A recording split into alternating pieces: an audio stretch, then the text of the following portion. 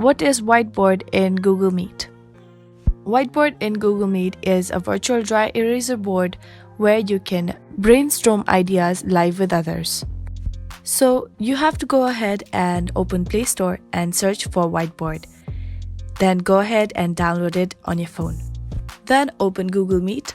Create new meeting by tabbing on New, that is on the bottom right corner. Tap on Create a new meeting and then tap on Join. Turn off the camera or turn it on and tap on Join, that is in the middle bottom. To share the whiteboard with others, tap on three dots on the bottom right corner, then tap on Share Screen. Now here you want to tap on Continue.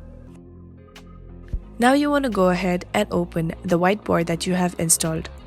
Now here you can use the whiteboard as required. You can brainstorm ideas live with other people. So that is what Whiteboard in Google Meet means.